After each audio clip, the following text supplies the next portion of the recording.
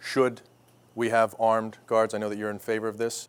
The security personnel who are retired police officers or active police officers trained in mass shootings and have drills a couple of times a year. But teachers should not be armed. Absolutely not. Administrators should not be armed. The teacher is a teacher, not a cop. But if you have a school where you have some people who are willing to do it, everybody knows this teacher. If she has the training necessary in a firearm, she can be the one thing that you can go to saying, I know her, I know where she's going, I trust her. There are plenty of statistics that show that armed guards do tend to target, maybe not on purpose, but target minorities, including African Americans and Hispanic students. I know for a fact from my experience at Center, our SROs have great relationships with the students. We see them walk in full uniform. Their weapon is not concealed. It's out in the open. We all see it.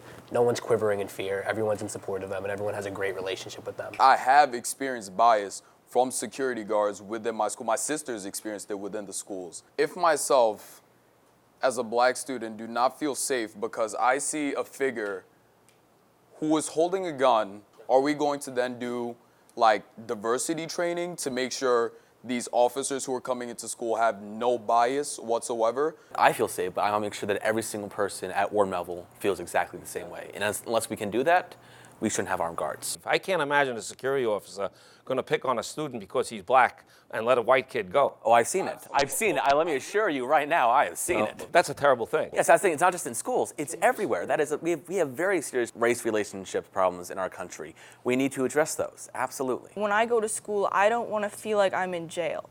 I don't want to have an oppressive environment where people are checking me all the time, making sure that I don't have any weapons on me.